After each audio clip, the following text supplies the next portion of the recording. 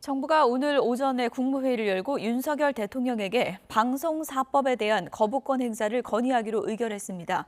한 총리는 방송사법이 정파적 이해관계에 따라 방통위 기능을 마비시킬 수 있어서 공영방송의 편향성을 악화할 우려가 있다고 지적했습니다. 자세한 내용은 취재기자 연결해서 알아보겠습니다. 김대겸 기자. 네, 정부 서울청사입니다. 네, 국회 본회의를 통과한 지 일주일이 조금 넘었는데 또다시 거부권 행사 절차가 시작됐군요. 네, 지난달 30일 야당 주도로 국회 본회의를 통과한 이른바 방송사법에 대한 윤석열 대통령의 거부권 행사가 초읽기에 들어갔습니다. 한덕수 국무총리는 오늘 오전 정부 서울청사에서 국무회의를 주재하고 이같이 결정했습니다. 방송사법은 앞서 지난 21대 국회에서 거부권 행사로 폐기된 방송 3법에 방통위 의결 정족수를 4인으로 늘리는 등 내용이 추가된 법안입니다. 한 총리는 모두 발언을 통해 법안의 부당성 등을 재차 강조하며 거부권 건의를 의결한 배경을 밝혔습니다. 먼저 한 차례 거부권 행사에도 불구하고 문제점에 대한 수정이나 보완이 전혀 없었다고 지적했습니다. 오히려 공영방송 사장의 해임을 제한하는 규정을 추가해 대통령 임명권을 더욱 침해했고 충분한 수기 과정 없이 법안이 통과됐다고도 덧붙였습니다. 방송통신위원회 의결 정족수를 4명 이상으로 강화하는 것 역시 야당 측 2명의 불출석만으로도 회의를 불가능하게 할 수 있어 정파적 이해관계에 따라 방통위 기능을 마비시킬 소지가 크다고 비판했습니다. 그러나 야당이 일방적으로 통과시킨 이번 개정안들은 공영방송의 변화와 개혁을 이끌기보다는 오히려 그간 누적되어 온 공영방송의 편향성 등을 더욱 악화시킬 우려가 윤석열 대통령이 정부에서 넘어온 4개 법안에 대한 제2요구안을 제거하게 되면 대통령 취임 후 16번에서 19번째 거부권 행사로 기록됩니다.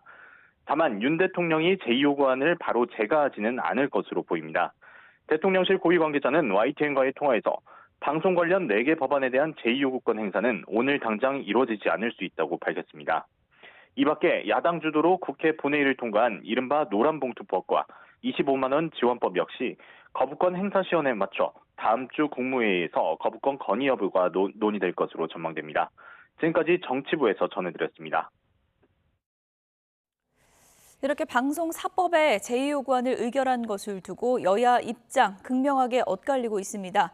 여당은 정쟁용 입법에 당연한 대응이라는 반응이지만 야당은 대통령이 이 법을 거부하는 건 방송장악 의도를 보이는 것이라고 날을 세웠습니다. 국회 취재기자 연결해 보겠습니다. 김다연 기자.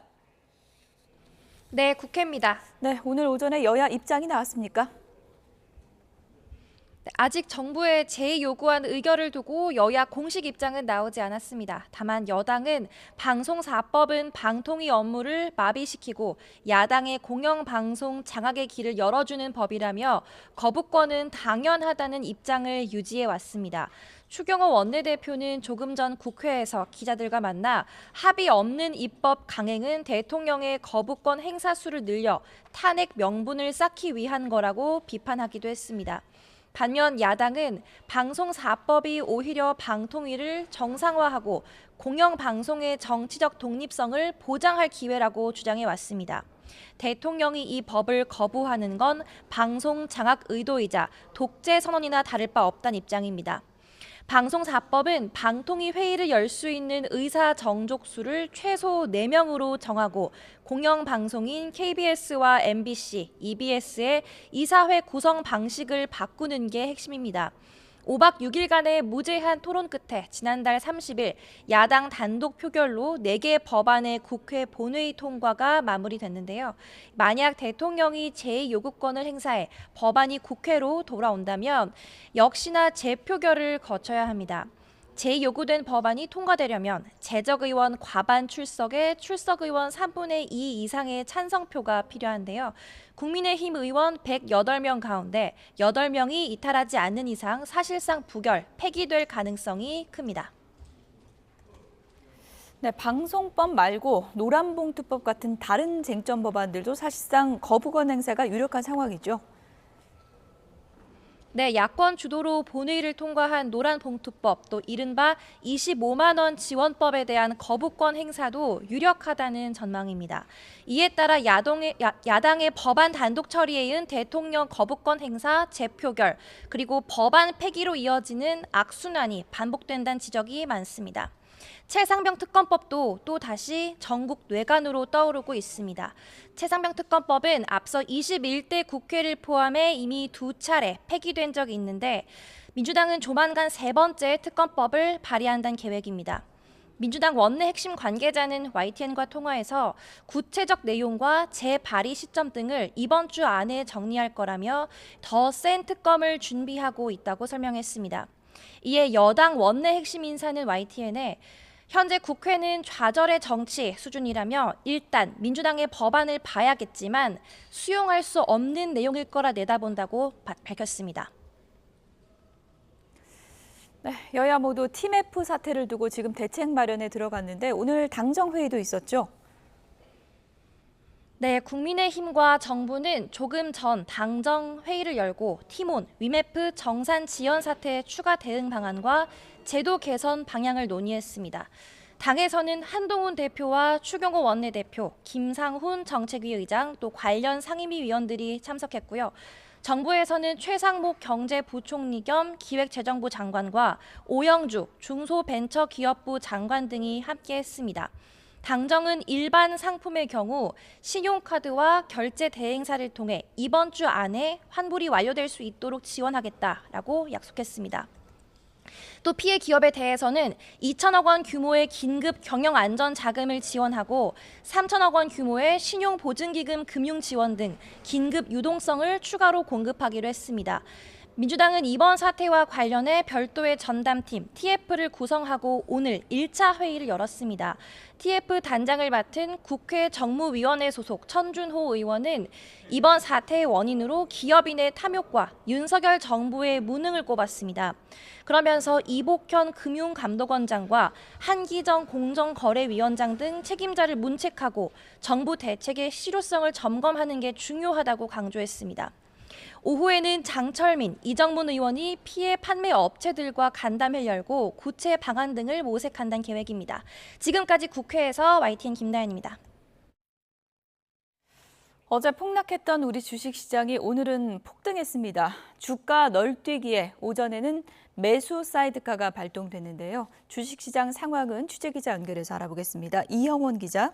네, 한국거래소입니다. 어제 오전엔 매도 사이드카가 발동되더니 오늘은 매수 사이드카가 발동됐군요. 네, 오늘 오전에 코스피와 코스닥 모두 매수 사이드카가 발동됐습니다. 어제 폭락에 이어 오늘은 폭등하면서 정반대의 긴급 조치가 내려진 건데요. 코스피는 3.76% 오른 2,533.34로, 코스닥도 2.57% 오른 709.04로 출발한 뒤 바로 폭등하기 시작했습니다. 이에 한국거래소가 개장 6분 만인 오전 9시 6분쯤 코스피와 코스닥에 매수 사이드카를 발동했습니다. 매수 호가 효력을 5분 동안 일시 정지하는 조치인데요. 시장이 너무 과열되자 잠시 식힐 수 있는 시간을 준 겁니다. 코스피 매수 사이드카는 코스피 200 선물 지수가 5% 이상 올라 1분 동안 지속하면 발동되는데 2020년 6월 이후 처음입니다. 코스닥 매수 사이드카는 코스닥 150 선물이 6% 이상 오르고 코스닥 150 지수가 3% 이상 올라 동시에 1분 동안 계속되면 발동됩니다. 코스닥 사이드카 발동은 지난해 공매도가 전면 금지됐던 11월 6일 이후 처음입니다. 사이드카 발동 이후에도 계속 오르던 주식은 조금 주춤해진 상태입니다. 현재 코스피는 3% 올라 2,515 안팎을 오가고 있고요. 이 코스닥은 5% 오른 727대에서 움직이고 있습니다. 네, 그야말로 극과 극인데 이렇게 변동성이 큰 이유는 어떤 거죠? 일단 어제 내림폭이 워낙 컸습니다. 코스피가 8%대, 하락폭으로 보면 230포인트 넘게 빠졌는데요. 역대 최대 낙폭이었습니다. 코스닥도 무려 11% 넘게 빠지면서 하락률이 엄청났습니다. 시장 펀더멘틀에 비해서 과도하게 빠진 측면이 있다 보니 오늘은 개장과 동시에 저가 매수세가 몰린 것으로 분석됩니다. 물론 이런 오름세가 이어질지는 조금 더 지켜봐야 합니다. 밤사이 미국장은 안 좋았거든요. 뉴욕 증시가 3% 안팎으로 급락하면서 2년 만에 최대 낙폭을 기록했는데요. 이 비제조업 지표가 경기 확장 신호로 좋게 나왔지만 경기 침체 공포를 가라앉히기에는 부족했던 겁니다. 앞서 나온 제조업과 노동시장 둔화 지표 여파가 워낙 컸던 건데요. 미국장 급락폭과 비교하면 우리 시장이 어제 지나치게 폭락했던 만큼 오늘은 일단 매수세가 몰리면서 변동성을 키우고 있는 것으로 보입니다. 지금까지 한국거래소에서 전해드렸습니다. 어제 증시 급락과 관련해서 최상목 부총리는 해외발 충격으로 주식시장에 한해 조정돼 과거와는 다른 이례적인 상황이라며 합리적 의사결정을 할 필요가 있다고 강조했습니다. 최 부총리는 한국은행 총재와 금융위원장, 금융감독원장, 경제수석 등과 함께 긴급 거시경제, 금융현안 간담회를 연 자리에서 이같이 밝혔습니다. 최 부총리를 비롯한 참석자들은 미국 경기 둔화 우려 등의 요인에 대한 미국 시장의 평가가 충분하지 않은 상황에서 주말 이후 한국을 비롯한 아시아 증시가 과도하게 반응한 측면이 있다고 말했습니다. 일본도로 이웃 주민을 살해한 혐의를 받고 있는 30대 남성이 검찰에 넘겨졌습니다. 범행 당시에 피해자가 자신을 미행한다고 생각해서 범행을 저질렀다, 이렇게 주장을 했었죠. 이 사건을 계기로 도검 관리 체계가 허술하다는 지적이 나오자 경찰은 도검 전수조사에 들어가기도 했습니다. 취재기자 연결돼 있습니다. 신귀혜 기자. 네, 신기입니다. 네, 영장 심사 때도 반성하는 모습 하나가 없었는데요. 오늘 검찰로 넘겨졌군요. 네, 그렇습니다. 서울 서부경찰서는 오늘 아침 살인 혐의를 받는 30대 남성 A씨를 구속 송치했습니다. 사건이 벌어진 지 8일 만입니다. A씨는 지난달 29일 밤 11시 20분쯤 서울 은평구에 있는 아파트에서 같은 아파트에 사는 40대 남성에게 흉기를 휘둘러 살해한 혐의를 받습니다. 당시 A씨는 범행 직후 도주했는데 1시간 만에 경찰에 긴급 체포됐습니다. 피해자는 잠시 담배를 피우러 나온 사이에 변을 당했는데 A씨와는 모르는 사이였던 것으로 파악됐습니다. A씨는 피해자가 자신을 미행하려 해 범행을 저질렀다며 일본도로 범행한 이유를 묻자 중국 스파이를 처단하기 위해 가져왔다고 말하는 등 횡설수설하는 모습을 보였습니다. 또 피해자에게 죄송한 마음이 없느냐는 질문에도 없다고 답했는데요. 영장심사 당시 모습을 보시겠습니다. 피해자 유족들한테 하실 말씀 없으십니까? 미행한다고 생각해서 범행하신 건가요? 네. 평소에도 도검 소지하고 다니셨나요? 아닙니다. 직장에서 들어있었던 거 사실인가요? 아닙니다. 마약 검사를 왜 거부하신 겁니까? 중국 스파이들 때문에 안 했습니다. 피해자에게 죄송한 마음 있습니까? 없습니다. 경찰은 법원에서 구속영장과 함께 A씨 신체에 대한 압수영장도 발부받았는데요. 마약 간이시약 검사에서는 음성이 나온 가운데 국립과학수사연구원에 정밀감정을 의뢰한 상황입니다. 검찰은 국과수 감정 결과 등을 토대로 A씨의 범행 동기를 규명하는 데 주력할 것으로 보입니다. 이번 사건으로 도검 관리가 허술하다는 지적이 많았는데 어떤 대책이 나왔습니까? 네, A씨는 범행에 수련도라는 이름의 진검을 사용했습니다. 범행 6개월 전인 지난 1월 장식용 명목으로 소지 허가를 받았습니다. 총포화약류 관리법상 길이 15cm가 넘는 도검은 경찰에 허가가 있어야 소지할 수 있는데 정신감정 등의 절차가 필요 없어서 문제로 지적됐습니다. 이에 따라 경찰은 8만여 점에 달하는 도검을 전수조사하고 소유자의 범죄 경력이 있는 경우 소지 허가를 취소하기로 했습니다. 또 신규 소지 허가를 내릴 때 경찰서 담당자가 신청자를 직접 면담하는 등 절차를 강화하고 법 개정을 통해 정신질환 여부를 확인할 수 있는 자료를 내게 하는 방안도 추진한다는 계획입니다. 이외에도 휴대용 칼을 신고하지 않고 사용하는 경우나 별도의 신고가 필요 없는 다용도 칼 등이 관리의 사각지대로 꼽히는 만큼 관련 규정을 정비해야 한다는 목소리도 나옵니다. 지금까지 사회부에서 YTN 신계입니다.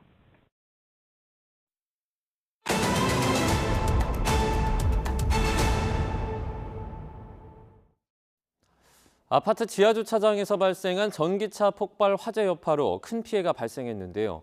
피해가 막심했던 만큼 이후에 배보상 절차를 두고도 많은 진통이 예상됩니다. 김철희 기자가 짚어봤습니다.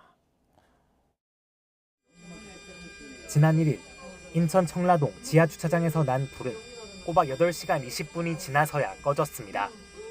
주차된 전기차 한 대에서 불이 시작됐지만 피해를 본 차량은 140여 대에 달했고 수백 세대가 단수와 단전 피해를 봤습니다.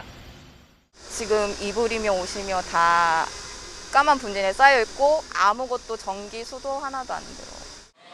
피해가 컸던 만큼 이후 구제 절차에도 관심이 쏠립니다. 우선 피해 입주민들은 각자 가입한 자동차 보험이나 아파트 단체 화재 보험을 통해 보상을 받을 거로 전망됩니다. 이후엔 보상을 진행한 보험사가 화재 차주가 가입한 보험사에 구상권을 청구하는 절차가 이어집니다. 화재 차주 보험사는 다시 차주나 자동차 제조사, 배터리 업체 등의 구상권을 청구하게 되는데 화재 원인에 따라 각자가 부담하는 배상금액 수가 달라질 전망입니다. 지금 사고의 원인이 밝혀져 있지가 않잖아요. 그렇기 때문에 이것이 해당 차량, 이 전기차 자체의 제조사의 결함이 있었다면은 제조사와 이 보험사 간의 어떤 구상 문제가 남을 것이고, 문제는 화재로 차가 모두 타버려 정확한 원인 파악이 쉽지 않다는 겁니다. 정확한 책임 소재를 가리기 위해 이해 관계자들이 법정 다툼에 돌입할 가능성이 큽니다. 국가에서 조사 들어가더라도 원인 파악하기 어려울 거예요. 너무 높기 때문에 원인을 다 녹아버리기 때문에 원인 파악이 불가능해요. 보험사 보장 범위를 넘어가는 손해가 발생해 피해를 제대로 구제받지 못했다면 입주민들 역시 집단 소송에 나설 수 있습니다. 유례가 없는 피해에 잘잘못을 따지는 일부터 쉽지 않은 만큼 현실적인 수준의 보상이 주어지기까지는 많은 시간이 걸릴 전망입니다. YTN 김철입니다. 오늘 새벽 5시쯤 충남 금산군 금산읍의 한 주차타워에 주차된 전기차에서 불이 났습니다. 현장에 출동한 소방대는 불이 붙은 전기차를 견인차로 밖으로 끌어낸 뒤 질식포를 덮어 1시간 30여 분 만에 불을 껐습니다. 경찰과 소방당국은 전기차 배터리에서 불이 시작된 것으로 보고 정확한 화재 원인을 조사하고 있습니다. 전국이 열돔에 갇히면서 열흘 넘게 뜨거운 날씨가 이어지고 있습니다. 특히 전통시장은 상인들도 지치고 손님들의 발길도 끊겨서 걱정인데요. 현장에 나간 취재기자 연결해서 자세한 이야기 들어보겠습니다. 이현정 기자. 네, 서울 신당동 중앙시장에 나와 있습니다. 네, 지금 더운 날씨에 상인들의 고충도 이만저만이 아닌 것 같아요. 네, 제가 3시간 전부터 이곳에 나와 있었는데요. 조금 전부터 열기를 식히기 위해 쿨링포그가 분사되고는 있지만 아직도 여전히 조금 덥습니다. 한참 북적여야 할 시간인데도 불구하고 뜨거운 날씨 탓인지 손님들 발길은 드문드문 이어지고 있습니다. 현재 서울 기온은 30도에 가까운데요. 상인들 얼굴에도 더위에 지친 기색이 역력합니다. 이 폭염이 하루빨리 끝나기를 바라는 목소리가 여기저기서 터져 나왔는데요. 직접 들어보시겠습니다. 더워서 시장에 안 나와요, 손님들이. 3분의 1로 줄었어요. 많이 찾아와야 되는데 안 찾아와요. 마트로 다 가고요. 서울 전역에 일주일째 폭염 경보가 내려진 가운데 오늘 서울 한낮 기온은 33도까지 오르겠습니다. 습하기까지 한 탓에 체감온도는 1, 2도는 더 높은 35도에 이를 것으로 보이는데요. 서울시는 폭염 종합지원 상황실을 강화하고 각 자치구에서도 냉방과 응급구호 물품을 비축하고 있습니다. 오전 9시부터 오후 6시까지 누구나 2,200개가 넘는 무더위 쉼터에서 햇빛을 피할 수 있는데요. 자세한 위치와 폭염 대비 행동 요령은 다산 콜센터 120번에 문의하거나 서울시 재난안전 정보 포털인 서울안전누리에 접속하면 확인할 수 있습니다. 오전 10시부터 오후 4시까지는 도심 곳곳에 살수차 190여 대를 투입해 주요 간선도로와 일반 도로의 물청소도 두세 차례 실시합니다. 특히 노숙인과 쪽방주민, 현장 노동자들처럼 더위에 취약한 사람들을 위한 조치도 이루어지고 있는데요. 안개를 분사해 열기를 식히는 쿨링포그는 이곳 중앙시장을 포함해 서울역과 쪽방촌 골목 등 100여 곳에서 가동되고 서울시 발주공사장에서는 불가피한 경우를 제외하고는 오후 2시부터 5시까지 야외 작업 중단 원칙을 적용합니다. 하지만 이런 대책에도 불구하고 올해 온열 질환자는 어제 하루만 112명이 늘어 누적 1,690명으로 집계됐는데요. 또 사망자도 2명이 추가돼 벌써 14명에 달합니다. 무더위에 오랫동안 노출되면 열사병과 열경련 등 온열 질환에 걸릴 위험성이 커져 조심하셔야 하는데요. 심할 경우 사망에 이를 수 있는 만큼 어지럽거나 숨이 가쁘다면 즉시 시원한 곳으로 이동해 체온을 낮춰줘야 합니다. 기상청은 입추인 내일도 무더위가 지속될 것으로 내다보고 있습니다. 특히 노약자는 외출을 자제하시고 나가실 경우 틈틈이 수분 섭취를 해주시는 게 중요하겠습니다.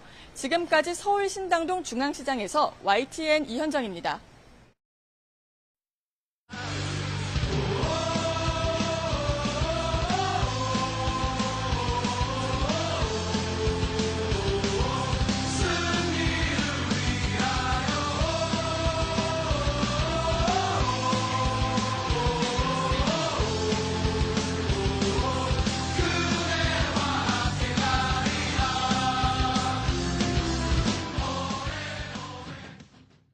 어제 경기 후 인터뷰를 통해 대표팀 은퇴 의사를 내비쳤던 안세영 선수가 자신의 SNS를 통해 추가 입장을 밝혔습니다. 안세영은 오늘 새벽 3시쯤 자신의 SNS 계정에 글을 올려 협회에 대한 인터뷰는 선수 보호와 관리에 관해서 한 이야기였다면서 은퇴로 곡해하지 말아달라고 해명했습니다. 안세영은 자신의 발언이 자극적인 기사들로 재생산되는 것에 안타까워하며 선수들이 보호되고 관리돼야 한다는 점을 강조하고 싶었다고 표현했습니다. 또 누군가와 전쟁을 하듯 이야기하는 것이 아니며 자신의 이야기에 대해서 고민하고 해결하는 어른이 있기를 바란다고 전했습니다. 경기장 바깥에서 성공적인 올림픽을 치르기 위해 뛰는 사람들이 많습니다. 전 세계 44개 나라에서 파견된 경찰도 그 가운데 하나인데요. 우리나라 경찰도 파리로 파견돼 현지 관광객들의 안전을 위해 땀을 흘리고 있습니다. 조수영 기자입니다. 전 세계 관광객으로 붐비는 파리 몽마르트르 언덕. 수많은 인파 사이로 대한민국 경찰복이 눈에 띕니다. 우리 경찰관들이 프랑스, 스페인 경찰관들과 합동 순찰을 하는 모습입니다. 파리올림픽을 위해 44개국에서 경찰을 파견해 현지 안전지원단을 꾸렸는데 한국 경찰관 30여 명도 활약하고 있습니다. 한국 경찰분들도 계시고 순찰도 돌고 하시는 거 보니까 치안도 좀 잡혀 있는 것 같고 여행지 구경하는데 안심하면서 이제 돌아다닐 수 있을 것 같습니다. 안전지원단은 여행객들이 많이 찾는 지역을 순찰하면서 노점상 단속과 불심 검문 등을 하며 범죄 예방 활동에 주력하고 있습니다. 또 유실물 피해, 소매치기로 인한 도난 상황 대응도 지원하고 있습니다. 실제로 한국인 관광객이 카메라를 도난당해 경찰서를 방문한 일도 있었습니다. 도난 피해에 대한 수사 절차를 진행을 도와준 일이 있습니다. 그게 좀 기억에 많이 남습니다. 안전지원단으로 활동하면 장시간 무더위 속에 근무해야 하는 것은 물론 우리 선수들의 경기도 거의 볼 수 없는 상황. 하지만 관중이기도 한 관광객들의 응원을 받으며 거리에서 안전한 파리를 만들어가고 있다는 데 보람을 느낍니다. 이곳을 찾은 우리 국민 여러분들께서도 안전한 우리 국민이라는 자부심을 느낄 수 있도록 우리 안전지원단도 함께하겠습니다. 대한민국 화이팅! YTN 조수연입니다. 파리올림픽에서 유도 개인전 은메달과 단체전 동메달을 목에 건 허미미 선수. 독립운동가 허석 선생의 후손으로 알려져 있죠. 허미미 선수가 오늘 오전 대구 군위군 삼국유사면에 마련된 허석 선생 추모비에 참배했습니다. 메달 2개를 걸고 당당히 현조부 앞에 선 허미미 선수. 4년 뒤 반드시 금메달을 목에 걸고 다시 찾아오겠다 이렇게 다짐을 했다고 하네요. 독립운동가 허석 선생의 5대 손인 허미미는 한국인 아버지와 일본인 어머니 사이에서 태어났고 별세한 할머니의 유언에 따라서 한국 국적을 택해 태극마크를 달았습니다. 그룹 방탄소년단 지민이 군복무 중에도 솔로 2집 타이틀곡 후로 미국 빌보드 차트에서 역주행을 이뤄내며 인기를 이어가고 있습니다. 빌보드 차트에 따르면 후는 메인 싱글 차트 핫백에서 전주보다 2위 상승한 12위를 기록했습니다. 후는 팬덤의 화력이 이 발매 첫 주에 집중된다는 통념과 달리 발매 2주 차에 오히려 순위가 올라 노래의 인기를 입증했습니다. 네, 주택이 활활 타고 있습니다. 미국 캘리포니아 샌버나디노 야산에서 큰 불이 나서 주택 여러 채가 타고 주민 대피령까지 내려졌습니다. 현지 시간으로 5일 오후 2시 반쯤 샌버나디노 지역 야산에서 시작된 불이 건조한 날씨와 강풍, 고온으로 빠르게 확산하면서 최소 주택 6채와 자동차 등을 태우고 인근 야산까지 번졌다고 하는데요. 소방당국은 소방관 200명을 투입해서 화재 진압 작업을 벌이고 인근 수십 가구에 대피령을 내렸습니다. 네, 오늘 오전 인천공항 국제선 입국장입니다. 양손 가득 짐을 들고 나오는 사람들이 보이는데요. 서울시가 추진하는 외국인 가사관리사 시범사업과 관련해서 필리핀 가사관리사 100명이 오늘 한국에 입국했습니다.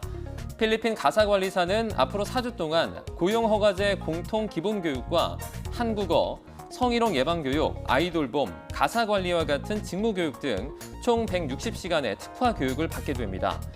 이번에 입국한 32살 여성 마시나그 씨는 취재진과의 인터뷰에서 필리핀 대학에서 마케팅을 공부했고 가사관리사 자격증도 있다면서 한국 문화가 좋아서 오게 됐다고 기대감을 밝혔습니다.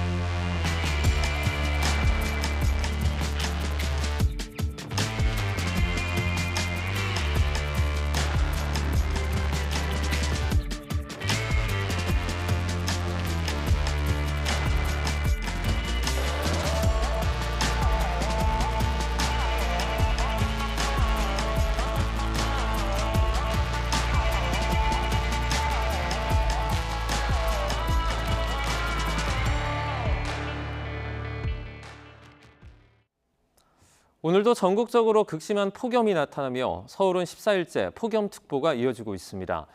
더위 속 대기가 불안정해지며 전국 곳곳에 한때 강한 소나기가 쏟아지겠는데요. 자세한 날씨 기상캐스터 연결해서 알아보겠습니다. 함예진 캐스터. 네, 홍제천 폭포에 나와 있습니다. 네, 오늘도 너무 날씨가 덥던데 지금 그곳에는 그늘 아래서 휴식 취하는 사람들이 많아 보입니다. 네, 연일 푹푹 찌는 날씨로 바깥에서는 그늘만 찾게 되는 요즘이죠. 제가 나와 있는 홍제천 폭포에서도 파라솔 아래에서 시원한 음료를 마시면서 휴식을 취하는 시민들도 많이 보이는데요. 현재 서울 체감기온은 33도까지 오르면서 가만히 서 있기만 해도 땀이 흐릅니다. 특히 서울 강서구는 일 최고 체감온도 35도까지 치솟았는데요. 이렇게 더운 날씨에는 온열 질환에 걸리기 쉬운 만큼 물, 휴식, 그늘 이 세 가지를 꼭 기억해 주시기 바랍니다. 네, 그리고 오늘도 전국 곳곳에 소나기가 내린다고요? 네, 그렇습니다. 오늘도 전국 곳곳에 소나기 소식이 들어있는데요. 오늘 밤까지 영남의 최고 80mm의 소나기가 내리겠고 그 밖의 지역에서는 많게는 60mm로 지역 간 편차가 매우 크게 나타날 것으로 보입니다. 현재 소나기 구름이 만들어진 제주도에는 시간당 20mm 이상의 비가 내리면서 호우주의보까지 발령됐습니다. 오늘 밤까지 전국에 5에서 80mm의 국지성 호우가 내리겠고 특히 영서와 남부를 중심으로는 시간당 30에서 50mm의 호우가 벼락과 돌풍을 동반하며 강하게 쏟아질 수 있겠습니다. 계곡이나 하천의 물이 급격히 불어날 수 있는 만큼 피서철 안전사고에 각별히 유의하셔야겠습니다. 한편 전국 대부분 지역에 폭염경보가 발효 중인 가운데 한낮에는 서울 낮 기온이 33도까지 오르면서 찜통더위가 기승을 부리겠고 광주와 대구 낮 기온도 34도까지 치솟겠습니다. 당분간 열대야와 찜통더위가 계속되겠고 대기 불안정으로 소나기도 자주 내리겠습니다. 목요일에는 기압골의 영향으로 서울 등 중서부 지방에 비가 내릴 전망입니다.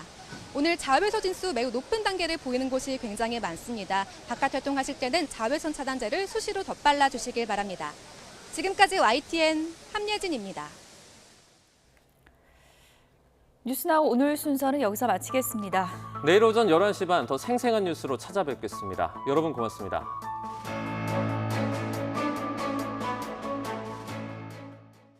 파리올림픽에서 전 종목 석권의 위협을 달성한 양궁 대표팀이 뜨거운 환영 속에 귀국했습니다. 여자 대표팀 임시연과 남시연, 전운영, 남자 대표팀 김우진과 이우석, 김재덕은 오늘 아침 인천공항을 통해 고국 땅을 밟았습니다. 금메달 3개를 목에 건 임시연과 김우진을 필두로 우리 대표팀 선수들이 입국장에 들어서자 팬들의 큰 박수와 환호가 쏟아졌습니다. 우리 대표팀은 혼성전이 신설된 이후 처음으로 금메달 5개를 휩쓸었고 여자 대표팀은 단체전 10연패, 남자 대표팀은 단체전 3연패를 달성했습니다. 양궁 대표팀 선수들의 귀국 소감 듣고 오시죠.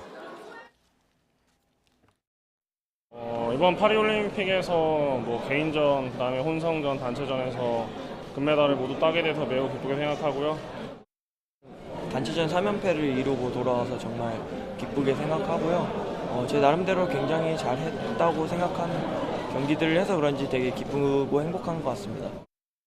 베테랑급 선수 김은희 선수랑 이우 선수랑 함께 금메달을 따서 영광이고, 이번 주 휴가를 받아가지고 본가에 내려갔다 오려고 하고 있습니다. 그래서 조금 맛있는 것도 많이 먹고 집에서 잠도 많이 자고 좀 아무 생각 없이 좀 쉬고 싶어요. 그리고 다음 대회를 또 준비해야 되기 때문에 컨디션 조절을 해야 될 것 같아서 아무것도 안 하고 정말 푹 쉴 것 같습니다.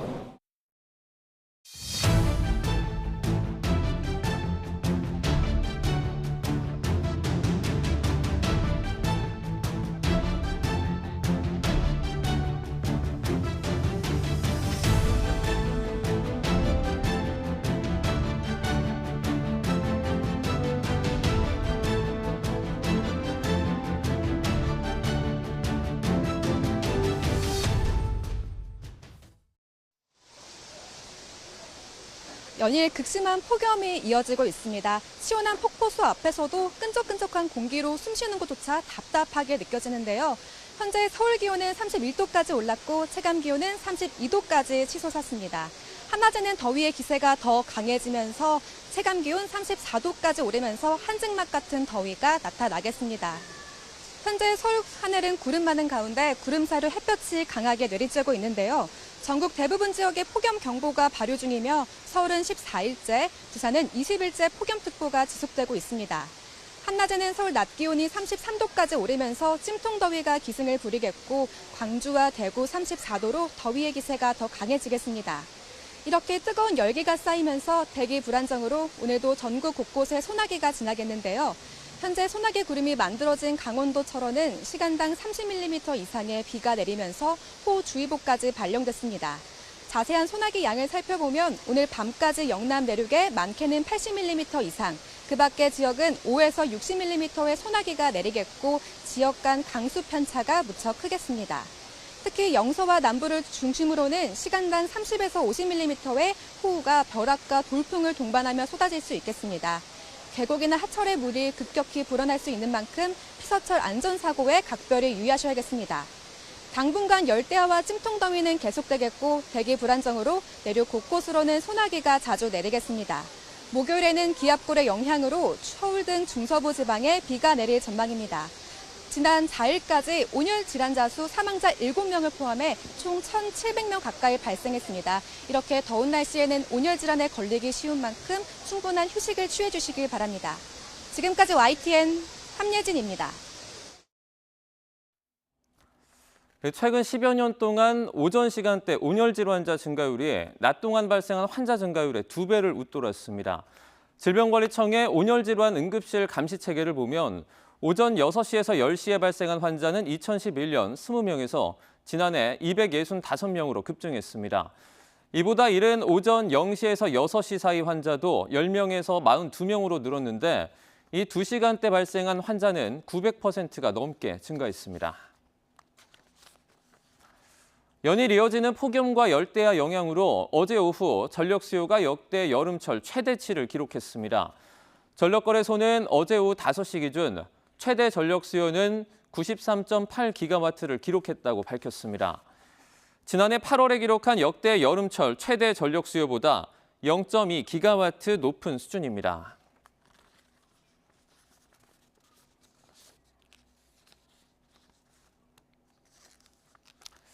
네. 폭염과는 반대로 열대성 폭풍이 상륙한 미국 플로리다 모습입니다.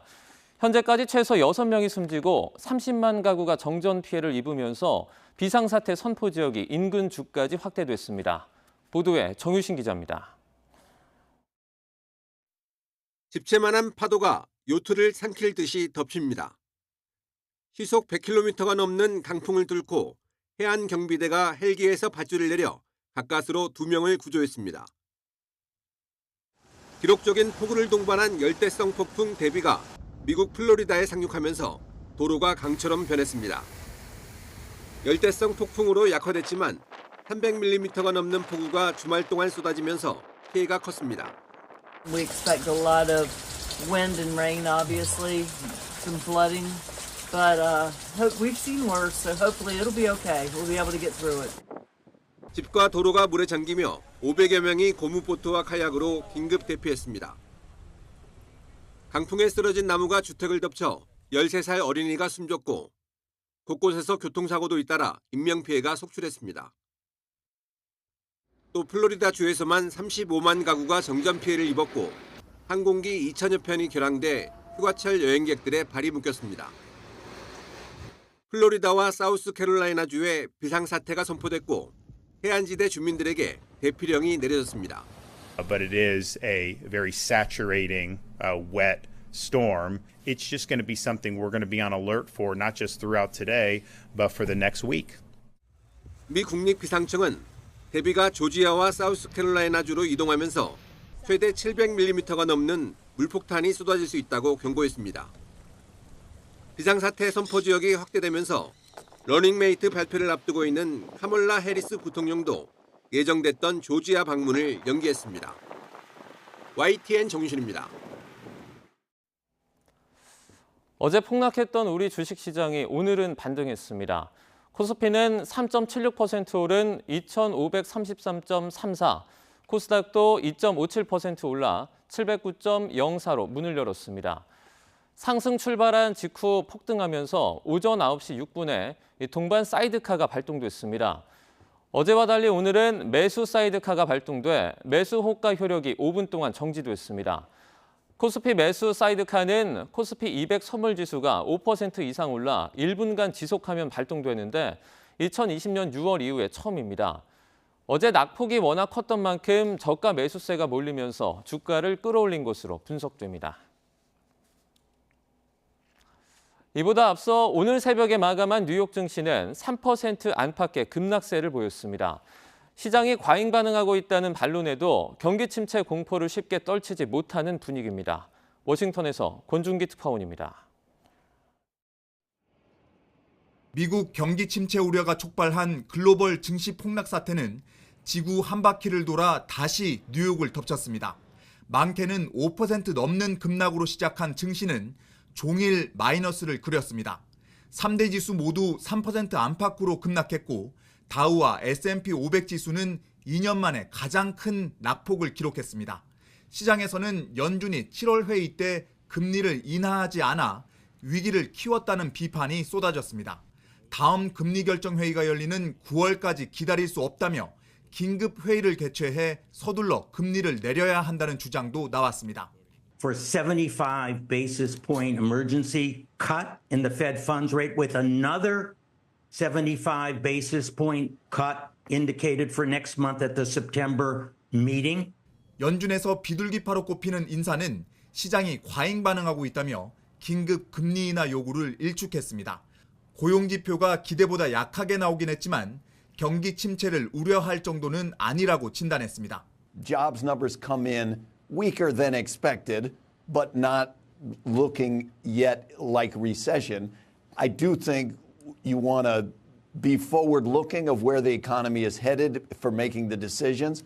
하지만 위험 자산인 비트코인이 한때 5만 달러 선이 붕괴되고 시장의 공포 심리를 나타내는 빅스 지수가 팬데믹 이후 4년여 만에 최대치로 치솟으면서 경기 침체 신호가 예사롭지 않다는 관측이 나오고 있습니다. 트럼프 전 대통령은 무능한 정부가 경제 위기를 불렀다며 해리스가 대통령이 되면 대공황이 덮칠 거라고 불안감을 키웠습니다. 경기 침체 우려가 커지면서 시장에서는 9월 금리 결정 회의에서 0.5%포인트 빅컷 금리 인하를 거의 확신하는 분위기가 형성되고 있습니다. 워싱턴에서 YTN 권준기입니다. 어제 증시 급락과 관련해 최상목 부총리 겸 기획재정부 장관은 해외발 충격으로 주식시장에 한해서 조정돼 과거와는 다른 이례적인 상황이라며 합리적 의사결정을 할 필요가 있다고 강조했습니다. 최 부총리는 오늘 아침 서울 전국은행연합회관에서 한국은행 총재와 금융위원장, 금융감독원장, 경제수석 등과 함께 긴급 거시경제 금융현안 간담회를 연 자리에서 이같이 밝혔습니다. 최 부총리를 비롯한 참석자들은 미국 경기 둔화 우려 등의 요인에 대한 미국 시장의 평가가 충분하지 않은 상황에서 주말 이후 한국을 비롯한 아시아 증시가 과도하게 반응한 측면이 있다고 말했습니다. 티몬 위메프 정산 지원 사태와 관련해 국민의힘과 정부가 일반 상품의 경우 이번 주 안에 환불이 완료될 수 있도록 지원하겠다고 약속했습니다. 이와 함께 5천억 원 규모의 긴급 유동성을 추가로 공급하고 생계비 융자 지원도 함께 검토하기로 했는데요. 직접 들어보시죠. 우선 소비자 피해 구제를 위해서 일반 상품의 경우 신용카드사, PG사를 통해서 금주 중에 환불 완료될 수 있도록 지원하기로 하였습니다. 또한 피해 기업에 대해서는 2천억 원 규모의 긴급 경영안정자금, 3천억 원 규모의 신보기보 금융자원 등 긴급 유동성을 공급하고 임금 체불이 발생할 경우에는 대지급금, 생계비 융자 지원도 함께 검토하기로 하였습니다.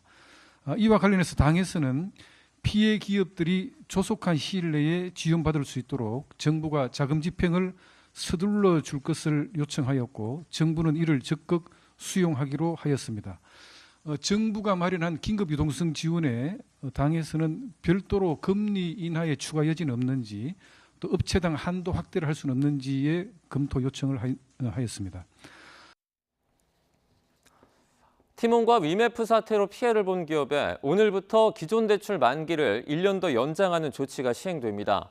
금융위원회와 중소벤처기업부는 오늘부터 티몬과 위메프의 정산 지연으로 피해를 받거나 피해가 예상되는 기업은 기존 대출과 보증에 대해서 최대 1년의 만기 연장이나 상환 유예를 받을 수 있다고 밝혔습니다. 정부가 지난달 29일에 발표한 5,600억 원 규모의 유동성 공급 프로그램도 오는 9일부터 시행됨에 따라 피해 기업들은 신용보증기금 지점이나 중소벤처기업진흥공단 또는 소상공인시장진흥공단에 지원을 신청할 수 있습니다. KB국민과 우리은행이 가계대출 관리 강화 차원에서 잇따라 대출 금리를 추가로 인상하기로 했습니다. 금융권에 따르면 KB국민은행은 모레인 오는 8일부터 주택담보대출 상품 금리를 0.3%포인트 인상하기로 했습니다. KB국민은행은 지난달 3일과 18일, 이번 달 2일에도 대출 금리를 인상했는데 모레 또 인상하는 겁니다.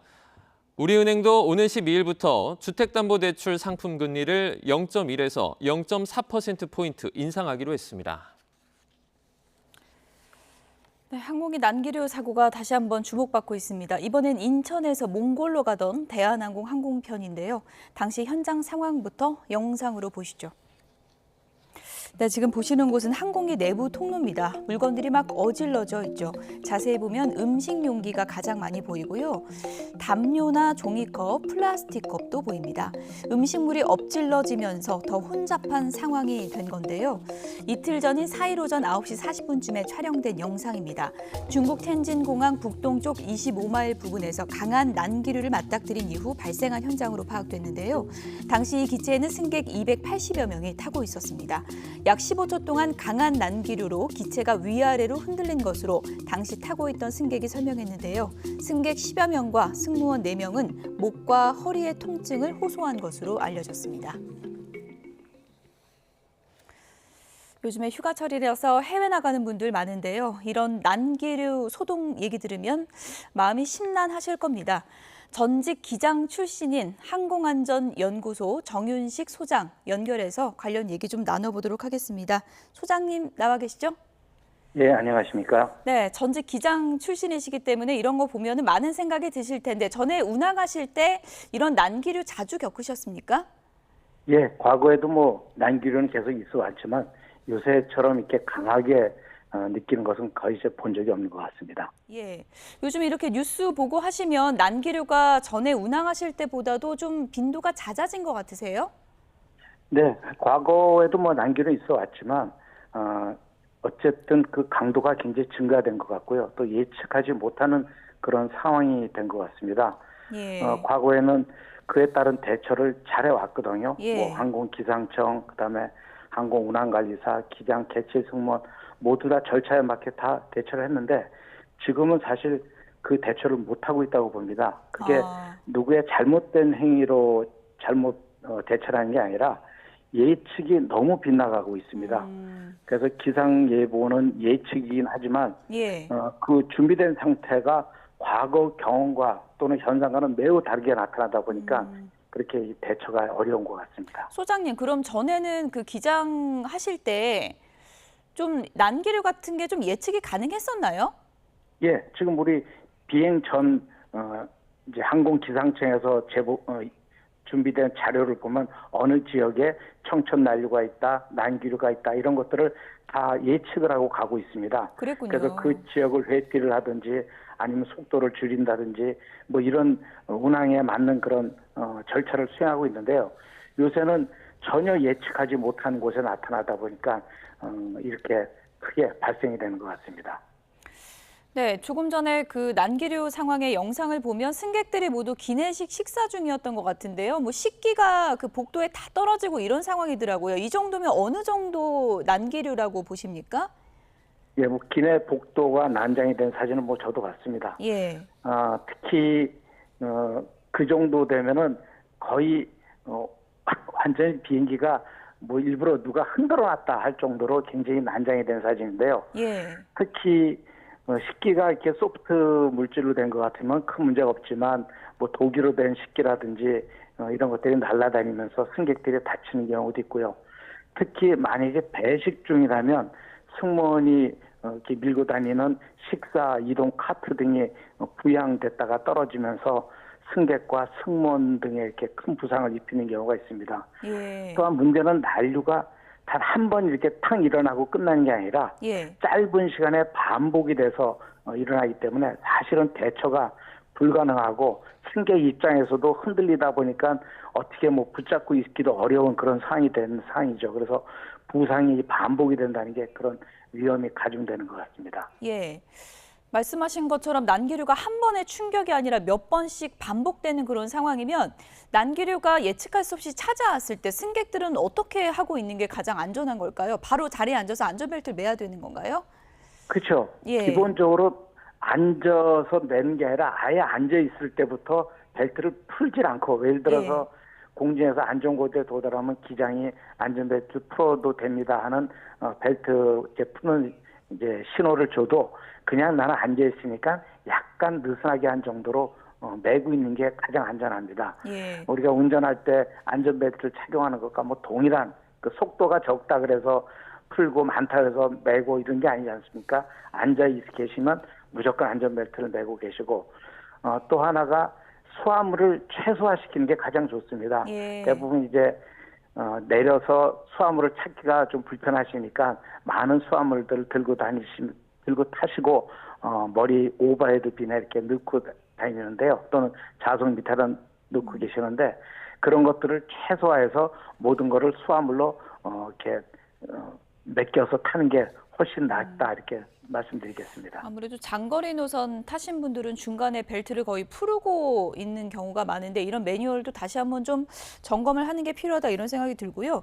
운항을 하는 기장 입장에서는 이런 난기류가 발생하면 어떻게 대처를 하게 됩니까? 뭐 기존 항로를 좀 벗어나서 운항을 하게 되나요? 어떻게 하게 되나요? 예, 먼저 흔들리는 순간 기장은 안전벨트를 매라는 사인을 주고요. 예. 항공기가 난류에 가장 적절하게 대응하는 속도로 변경을 합니다. 그리고서 다른 비행기에 리포트되는 사항들을 확인해서 고도를 변경할 것인가 말씀하신 것처럼 항로를 변경할 것인가를 결정을 하는데 예. 이게 고도를 변경할래도 내 아래나 위쪽에 다른 비행기가 있기 때문에 고도 변경하는 게 사실 여의치 않습니다. 예. 그래서 항로도 좌우측으로 벗어나기 위해서 노력을 하지만 실제 다른 비행기 항적 때문에 그렇게 피하지 못하는 경우도 많이 있습니다.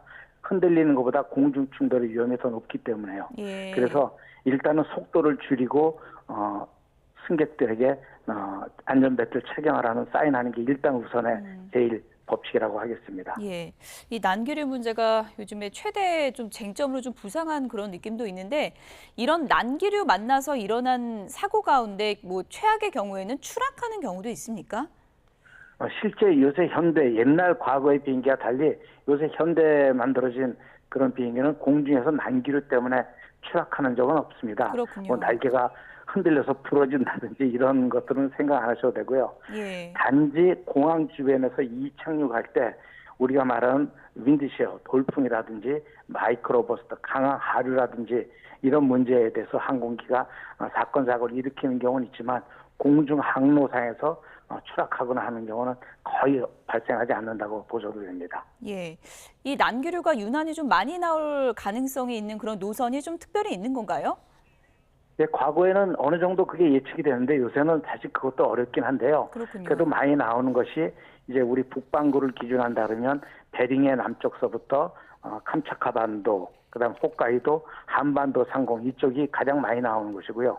그다음에 이제 적도 지역에서는 우리 정나눈 그런 때 구름에 의해서 발생되는 난류가 발생되는 경우가 많은데요. 그런 예측이 자꾸 안 맞으니까 이제 사실 운항 중에 굉장히 걱정이 되고 노선을 정하는 데도 굉장히 어려움이 있다고 보겠습니다. 예.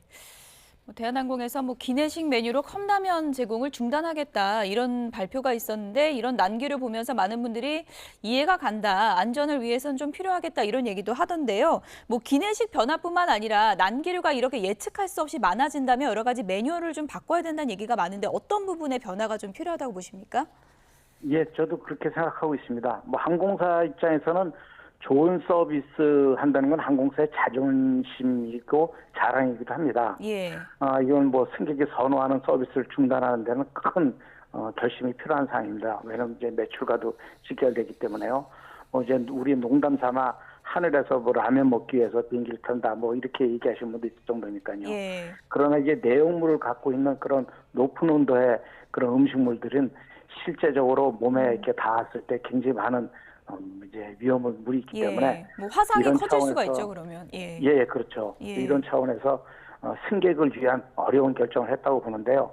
이런 것뿐만 아니라 실제 그 이동용 카트라든지 승객 수화물, 그 다음에 손님들에게 승객에게 제공하는 그런 좀 무거운 물질이라든지 이런 것들에 대해서 다시 한번 어떻게 제공하고 손님들에 대해서 벨트를 사인을 풀긴 하되 아예 내실 때는 반드시 뭐 착용하고 계시라든지 하는 그런 좀 매뉴얼의 변화도 좀 필요할 것으로 생각이 됩니다. 네.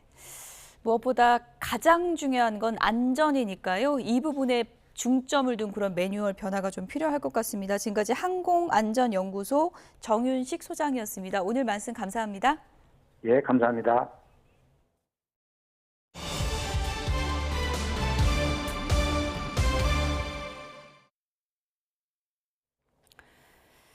일본도로 이웃 주민을 살해한 30대 남성이 검찰에 넘겨졌습니다. 서울 서부경찰서는 오늘 살인 혐의를 받고 있는 백모 씨를 구속 송치했습니다. 백 씨는 지난달 29일 밤 11시 20분쯤 서울 은평구에 있는 아파트에서 같은 아파트에 사는 40대 남성에게 흉기를 휘둘러 살해한 혐의를 받고 있습니다. 백 씨는 피해자와 모르는 사이였던 것으로 조사됐습니다. 백 씨는 지난 1일 열린 영장실질심사 당시 피해자가 자신을 미행한다고 생각해서 범행을 저질렀다고 말했는데 법원은 백 씨에게 증거인멸과 도주 우려가 있다며 구속영장을 발부했습니다. 인천 아파트 전기차 폭발 사고 이후에 주민들이 한여름 폭염 속에 대피소 생활을 이어가고 있는데요. 일부 아파트 단지에서는 전기차를 아예 지하 주차장에 대지 못하게 해야 한다는 주장이 나와서 갈등을 빚고 있습니다. 임예진 기자입니다. 아파트 지하 주차장에서 일어난 전기차 화재 원인을 밝히기 위해 경찰이 국과수와 함께 차량 정밀 감정에 착수했습니다. 불이 난 전기차는 지난달 29일 저녁 7시 16분쯤 주차장에 세워진 뒤 충전도 하지 않았고 특별한 외부 충격도 받지 않았던 것으로 파악됐습니다. 경찰과 국과수는 화재 차량에서 배터리를 분리해 내부 결함은 없는지 살펴보고 있습니다.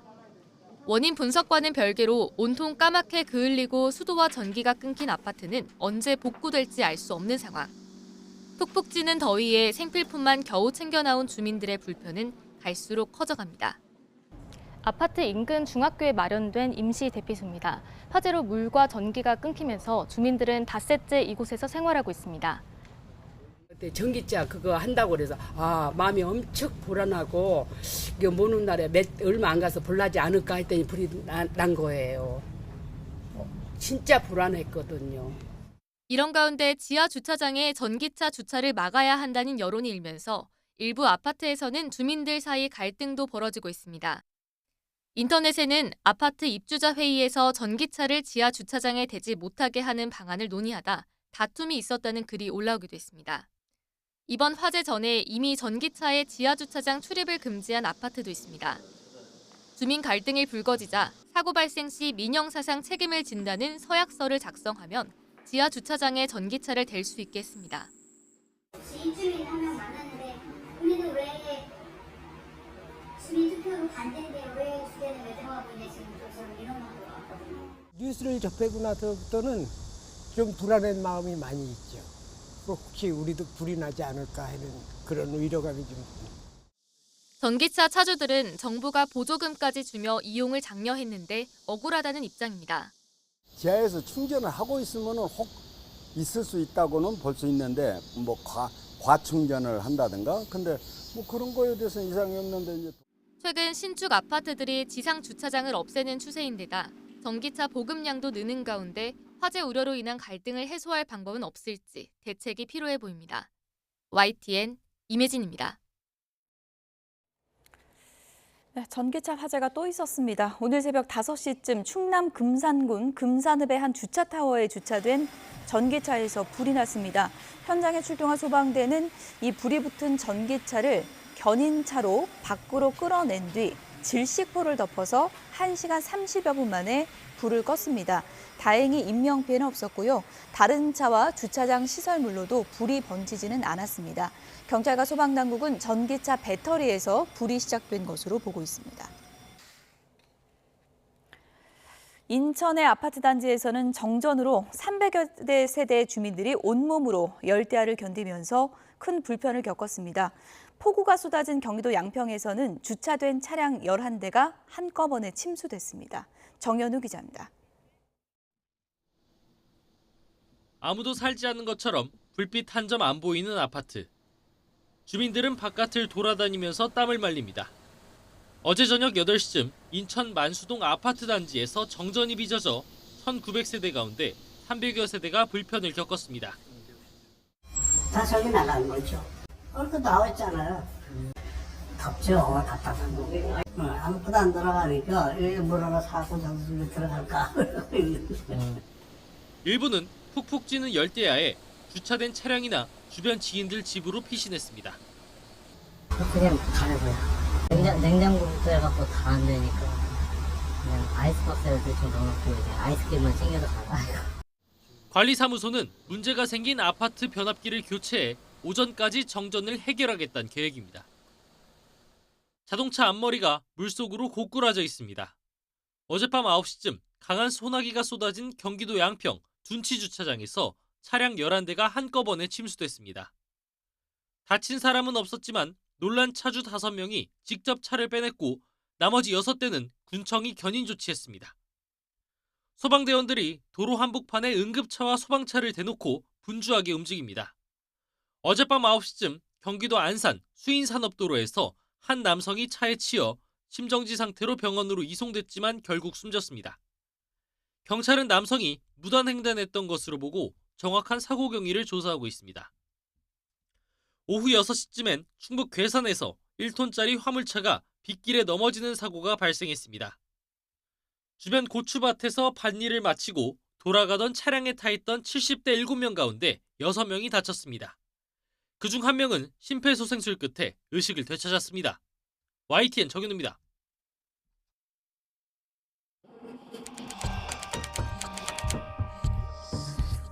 뉴욕타임스는 익명의 현지 관리들을 인용해 2달 전쯤 숙소 내부에 설치된 폭탄이 원격 조종으로 폭발했다고 보도했습니다.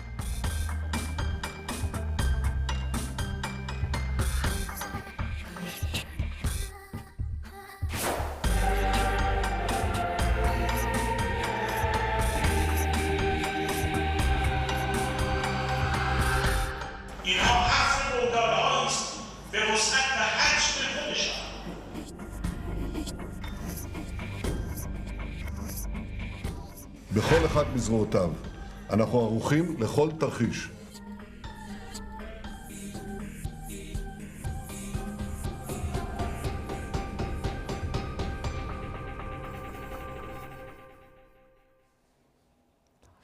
최근 이란 테헤란에서 무장정파 하마스의 1인자가 암살당한 이후 이란은 매일 이스라엘에 보복하겠다고 천명하고 있습니다.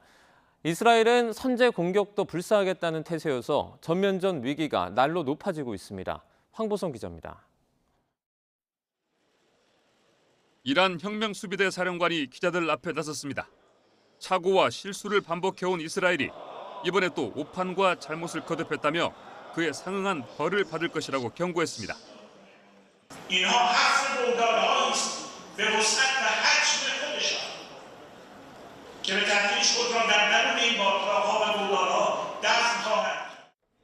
이란 외무부도 이스라엘의 침략 행위를 벌하는 것은 국제법상 고유한 권리라고 강조했습니다.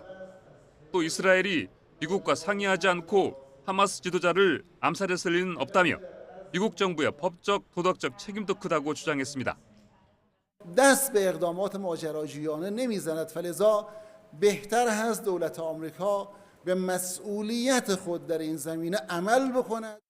앞서 베냐민 네타냐후 이스라엘 총리는 강요 회의에서 억제적 수단으로서 선제 공격 방안을 논의했습니다.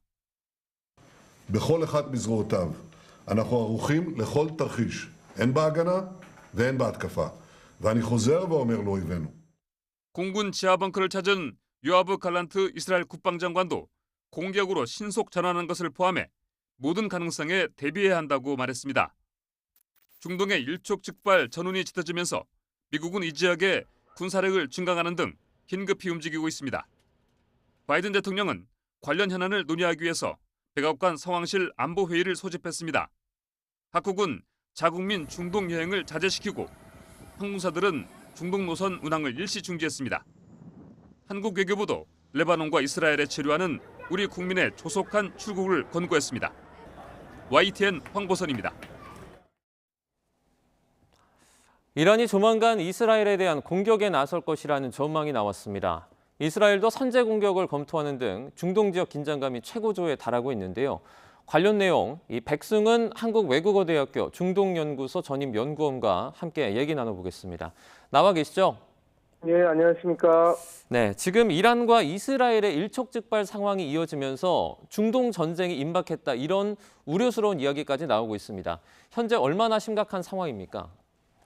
네, 토니 블링컨 미국 국무부 장관이 일요일 저녁 G7 정상들에게 이미 이야기를 했죠. 24시간에서 48시간 안에 헤즈볼라하고 이란이 이스라엘에 대한 즉각적인 공격을 감행할 수 있다라고 이야기도 또 전달을 했고, 지금 방송에서도 나왔지만 이란의 최고 지도자 카메네이도 다수의 관계자들에게 직접 이스라엘에 대한 보복을 감행하라 하고 이야기를 했다고 확인이 되고 있기 때문에 전쟁의 위기가 고조되고 있는 상황인 거는 맞습니다. 지금 상황이요. 지금 한국을 비롯해서 다른 나라들도 이란 인근에서 좀 모두 탈출하라 이렇게 명령이 내려진 상태죠? 네, 우리나라 외교부에서도 우리 국민들, 자국민들, 레바논과 이스라엘에 거주하시고 있는 국민들에게 되도록이면 돌아오라고 이렇게 이야기를 했고, 미국도 이미 자국민들한테 최대한 빨리 그 지역을 나왔으면 좋겠다라고 하고 그런 공고가 나간 상태입니다. 네. 미국 등 국제사회에서는 지금 자제 촉구의 목소리가 나오고 있습니다. 그런데 이 상황에서도 이란은 거부를 하고 있죠. 네, 맞습니다. 어찌됐건 테헤란에서 그들이 자신들의 대통령 취임식에 초청한 귀빈이 자신들이 제공한 공간에서 암살당한 것이기 때문에 자치권을 가진 국가로서는 어떤 행동을 취해야 되는 상황이면 분명하죠. 또 지금 소위 저항의 축의 핵심 국가 이란으로서 자신들이 이제 계속해서 그림자 전쟁, 프록시 전쟁을 수행하고 지금 있고, 그것이 자신들의 가장 큰 외교적 자산이다라고 지금 이야기하고 있는 상황에서 자신들의 영향력을 유지하기 위해서라도 헤즈볼라나 후티나 다양한 시아파 민병대들 사람들에게도 이란이 절대 이런 상황에서 물러서거나 약한 리더가 아니다라는 것을 보여주기 위해서라도 일련의 조치가 지금 필요한 상황인 거죠. 네, 지금 이 상황이 그러니까 이스라엘이 하마스 정치 지도자인 하니에를 암살하면서 발발하지 않았습니까? 이 하니에는 좀 어느 수준의 어떤 인물입니까? 하니에는 아예 가자에서 태어나서 자란 인물입니다. 1962년생이고요.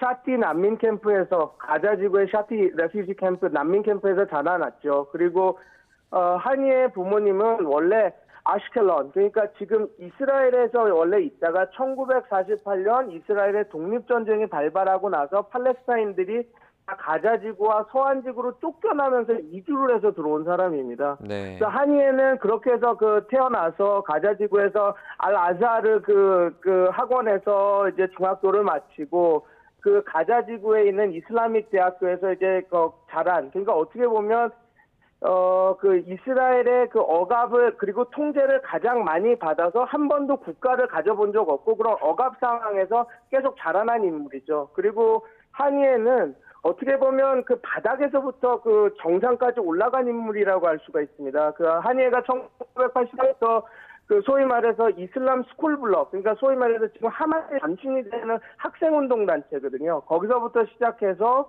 자기 1980년대 1차 시민봉기 인티파다가 이제 벌어지면서 이제 하마스가 성립되는데 하마스의 초기부터 끝까지 자기가 이렇게 활동을 했었고, 그래서 감옥에도 3차례 복역을 하고 1989년에는 3년간 복역을 마치고 레바논 남부로 추방됐다가 오슬로 협정이 맺어진 가자 지구에 돌아와서 그때 당시 지도자였던 야신 밑에서 계속 크면서 자기가 이렇게 정치력을 키웠던 사람이죠. 그래서 2004년 야신이 암살된 이후에서는 하마스의 최고 지도자로 계속해서 2017년에 이제 그런 액티브한 롤을 내려와서 정치국, 소위 말해서 외교전을 펼치는 정치국 수장이 돼서 카타르에서 활동을 하고 있었던 인물입니다. 근데 이제 한 가지 우리가 복귀해야 될 것은 하니에는 2004년부터 2017년까지는 상당히 하마스의 지도자로서 그런 액티브하게 활동적인 활동을 했지만 2017년 이후에는 직을 야야 시누아르라고 하는 지금의 수장한테 넘겨주고 정치국 수장, 한마디로 그런 선전전과 외교전 그리고 그런 여러 가지 협상을 담당하는 공식적인 인물로 활동을 카타르에서 하고 있었던 사람이거든요. 근데 어떻게 보면 이런 인물에 대해서 이스라엘이 암살을 시도했다라는 것은 어떻게 보면 조금 좀 과한 제스처였다고 볼 수 있는 부분도 있는 것이죠. 네, 교수님, 이스라엘이 이번에 하니에를 암살한 걸 두고서 그러니까 이스라엘이 하마스와의 전쟁을 끝낼 생각이 없다 이런 시선의 분석도 있는데 이건 어떻게 보십니까? 당연하죠. 왜냐하면 지금 말씀드린 대로 하니에가 지금 모든 이스라엘과 팔레스타인 평화협정의 협정 대상자로 나갔습니다. 물론 이제 이스라엘은 우리는 평화협정 없다 얘기했지만 어찌됐건 인질이라든지 카타르와 이집트가 되게 중재를 해서 어떤 협상안이 임시 휴전안이 나오고 있다라고 이런 모든 이야기가 나올 때 측의 협상 대상자는 하니에였던 거거든요. 네. 근데 이제 협상 파트너를 지금 암살해서 없는 상태이기 때문에 지금 단기적으로나 중기적으로는 지금 어떻게 새로운 협상 파트너가 세워지기 전까지는 협상이 잘 진행되기가 쉽지 않은 상황인 것이죠. 하니의 암살 경과를 보고도요, 이란과 이 서방 언론의 좀 어떤 분석이나 의견이 좀 엇갈리는 부분이 있거든요. 이거는 왜 그렇습니까? 왜냐하면 이게 있습니다. 지금 서방 언론은 이제 암살, 폭탄이 거기 이렇게 심어져서 거기서 폭탄이 터져서 죽었다. 이미 몇 달 전에 폭탄을 심어놓고 이렇게 했다 이런 얘기까지 나오고 있는데요. 네. 이란 입장에서는 아니다. 드론 공격을 받았다고 이렇게 얘기합니다. 근데 지금 제가 이란 방송도 지금 보고 있지만 이 결과적으로 이런 거거든요. 소위 바시지 그룹, 소위 이란의 민병대에 있던 사람들이 거기 가서 아마 폭탄을 심었었을 것 같아요. 근데 문제는 이겁니다. 이게 이렇게 되면 이란 입장에서는 상당히 큰 문제입니다. 왜냐하면 이게 단순히 이스라엘의 공격을 해서 죽은 게 아니라 국가 전복 세력이 내부에도 있다라는 소리거든요. 적과 내통을 해서 자기 요인의 암살을 하고 대통령 취임 행사에 귀빈들이 모시는 장소까지 해도 이미 다 거기 폭탄을 심을 정도로 적과 내통을 하고 있는 세력이 있다라는 걸 공표하는 격이 되니까 이제 이란 측은 되도록이면 드론이나 그런 미사일 공격으로 암살이 됐다라고 얘기를 주장하고 싶을 거고, 이제 뭐 사실 다양한 외신에서는 팩트에 기반을 보도하는데, 그 외신에서는 아마 안에 있는 내부 밀정들, 그러니까 소위 말해서 포섭된 그 바시즈 그룹 사람들이 암살에 가담했다 이렇게 되는 것이니까, 이란 입장에서는 이건 그냥 단순히 공격을 받았다라는 게 아니라 체제에도 위협을 줄 수 있는 얘기이기 때문에 상당히 그 부분에서 보도가 지금 나뉘어서 나오고 있는 것으로 보입니다. 각자 본인 측에 유리하게 좀 분석을 하고 있지만, 이제 교수님께서 보시기에는 그러면은 뭐 서방 언론의 입장이 조금 더 뭐 타당성이 있다 이렇게 보십니까? 왜 그러냐면 드론을 이용해서 공격을 하기에 그 위치가 남쪽에는 남북 다 산이 있는 지역이라서 그 드론을 운용하기가 쉽지 않은 지역이라고 다 이야기를 해요. 네. 그래서 지금 뭐 남쪽으로 들어왔던 북쪽으로 들어왔던 이게 어떻게 되든 그 안에서 쉽게 드론을 띄우지 못하는 상황이고, 넘으려면 산 뒤에서 넘어와야 되는데 그러기에는 리스크가 너무 크고 발각되기가 너무 쉽기 때문에 그거보다는 아마 폭탄이 미리 소위 이렇게 신비가 돼서 거기서 이제 폭탄이 터지면서 암살이 됐다라고 보는 서구 언론이나 전문가들의 의견이 신빙성이 더 높아 보입니다. 지금 군사 충돌을 앞두고 이스라엘이 이란보다 선제적으로 공격할 수도 있다, 이런 어떤 분석도 나오는데 이건 어떻게 전망하십니까? 이스라엘 입장에서는 자기네들이 준비가 돼 있다, 어떠한 공격이 오더라도 우리는 곧바로 즉각 대응을 하겠다라고 하는, 어떻게 보면 억지력을 보여주기 때문에 위에서 이렇게 얘기하고 있는 걸텐데요. 근데 선제 공격이라고 하는 것은 국제법 위반입니다. 그러니까 예를 들어서 이란이 확실히 어떤 미사일을 발사할 조짐이 있어서 쏘려고 하는 거를 거기를 때렸다면 모르겠는데, 예를 들어서 여기서 이스라엘에 대한 공격을 준비하고 있었어 라고 해서 우리가 그래서 미리 때린 거야 라고 했을 때는 이게 어떻게 보면 자위권이 발동한 공격이 아니거든요. 그래서 이스라엘이 그런 이야기를 세게 내고 있지만, 정말 이스라엘이 이란과의 전쟁을 확전이 돼서 진짜 전면전이 됐을 때 이스라엘도 얻을 수 있는 것이 크게 많지 않기 때문에, 아마 어떤 전략적 수사이자, 물론 이제 당연히 공격이 들어가면 선제 공격도 카드에 있을 겁니다. 근데 이제 우리가 지금 언론에 나오는 것처럼 선제 공격도 불사해서 전쟁을 이스라엘 측에서 먼저 시작할 수도 있다라고 하는 것은 조금 가능성이 낮아서 우리가 조금 조심히 살펴봐야 될 부분일 것 같습니다. 미국이 이번에 한이의 암살 작전을 사전에 통보받지 못했다, 이런 소식도 전해지고 있습니다. 그러면 이제 미국이 어떻게 보면 이스라엘이 미국의 통제에서 벗어난 거 아니냐, 이런 얘기도 나오거든요. 미국의 통제력을 잃었다라기보다는요, 이스라엘은 자국의 안보 문제에 관해서는 늘 미국의 통제력 밖에서 자기가 활동을 했습니다. 물론 우리가 착시에 빠지면 안 되는데요. 미국과 이스라엘은 동맹국입니다. 서로 가까운 사이죠. 그러나 여러 가지 안보 의제에 이렇게 왔을 때는 이스라엘은 항상 자신의 국익에 기반해서 선택하는 선택을 늘 우선해 왔습니다. 그래서 여태까지 이뿐만 아니라 오시리크 작전이든 기존에 이스라엘이 했던 여러 가지 첩보 작전들을 이렇게 복기해 보면 미국의 반대나 이런 것들이 큰 변수가 되진 않습니다. 가장 큰 변수는 이스라엘 본인들이 이 문제는 우리 외교 안보의 큰 문제다라고 했을 때 감행을 했기 때문에요. 네. 이 지금 한이엘을 암살했다라는 것 자체를 미국의 통제력을 잃었다라고 그냥 그렇게 보기에는 좀 낮지만, 지금 미국과 이스라엘의 사이가 상당히 지금 좋지 않은 상황이다라고는 우리가 볼 수는 있겠죠. 네, 이제 이란과 이스라엘 갈등이 전면전으로 번질 가능성이 제기되면서 국제사회가 촉각을 곤두세우고 있는 상황이라서 예의주시할 필요가 있어 보입니다. 관련해서 새로운 소식이 들어오면 또 저희가 바로 전해드리도록 하겠습니다. 이란과 이스라엘 갈등, 백승훈 한국외대 교수와 함께했습니다. 교수님 고맙습니다. 감사합니다.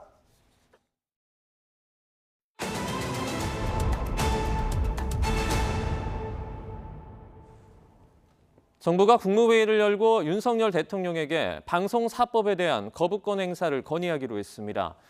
한덕수 국무총리는 국무회의에서 이른바 방송사법은 그간 누적되어 온 공영방송의 편향성 등을 더욱 악화시킬 우려가 크다는 지적이 많다며 이같이 의결했습니다. 방송사법은 지난 21대 국회에서 윤석열 대통령이 거부권을 행사했던 방송 3법에 방통위 의결 정족수를 4인으로 늘리는 내용 등을 추가한 것으로 국회 본회의 통과와 정부 이송 일주일 만에 거부권 행사 절차에 들어갔습니다. 윤석열 대통령은 오늘 국무회의에서 의결한 방송사법에 대한 제2요구안을 오늘 곧바로 제거하진 않을 것으로 보입니다.